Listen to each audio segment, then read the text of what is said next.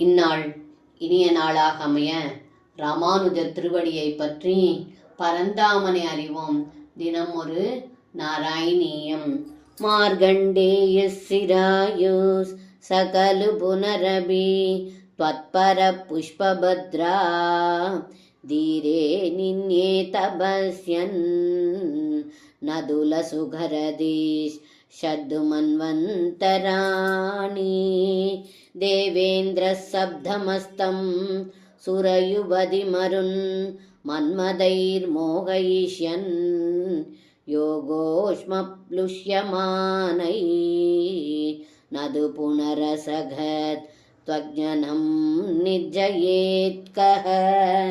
இந்த பாடலுக்கு அர்த்தம்: ஏ குருவாயூரப்பா, மார்கண்டேயர் நீண்ட ஆயுளை வரமாக பெற்ற பின்னும் அவர் புஷ்பபத்ரா என்னும் நதிக்கரையில் மீண்டும் தவம் செய்து 6 மன்வந்தரங்கள் முடிய ஒப்பற்ற பிரம்மானந்த சுகத்தில் ஆழ்ந்திருந்தார்.